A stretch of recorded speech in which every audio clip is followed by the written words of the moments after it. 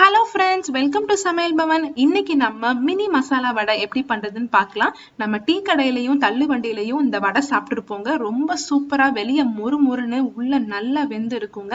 அதே மாதிரி வடை எப்படி வீட்டில் செய்யலாம் அப்படின்னு ஒரு சின்ன டிப் கொடுத்துருக்கேங்க. வீடியோ ஃபுல்லா பாருங்க.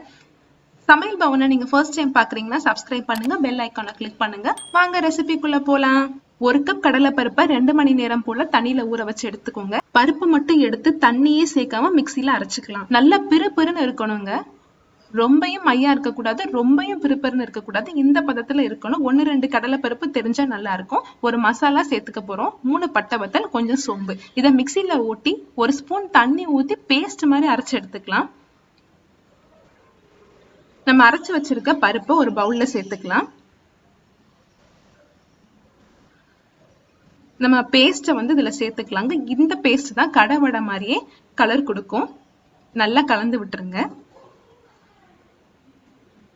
இது கூட ஒரு பல் பூண்டையும் இஞ்சியையும் நல்லா நசுக்கி சேர்த்துக்கலாம்.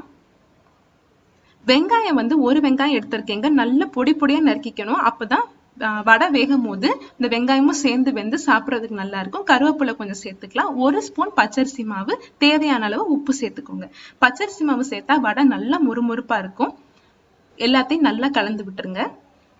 இப்போ இந்த மாதிரி கையில உருட்டி பார்த்தா உருண்டை பிடிக்க வரணும். இந்த மாதிரி உள்ளங்கையில வச்சு நல்லா மெத்துன்னு அமுக்கி விட்டுக்கோங்க. அப்பதான் வெளியே நல்லா மொறுமொறுப்பாவும் உள்ள நல்லா வெந்து கடை வடை மாதிரியே இருக்கும். பாருங்க, இப்ப நம்ம வடையெல்லாம் பொரிக்கிறதுக்கு ரெடி ஆயிடுச்சு. எண்ணெயை நல்லா சூடு பண்ணி சிம்ல வச்சுட்டு 1 நிமிஷம் கழிச்சு நீங்க வடைகளை போட்டு பொரிச்சு எடுக்கலாம்.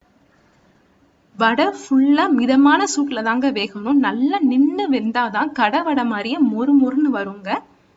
கொஞ்சம் சலசலப்பா அடங்கினதுக்கு அப்புறமுமே நம்ம எண்ணெயில அது கொஞ்ச நேரம் இருந்துகிட்டே இருந்தாதான் அந்த மொறுமொறுப்பு இன்னும் ஜாஸ்தி ஆயிட்டே இருக்கும். இங்க பாருங்க, எவ்வளவு நேரம் ஆனாலும் இந்த வடை ரொம்ப மொறுமொறுப்பா இருக்குங்க.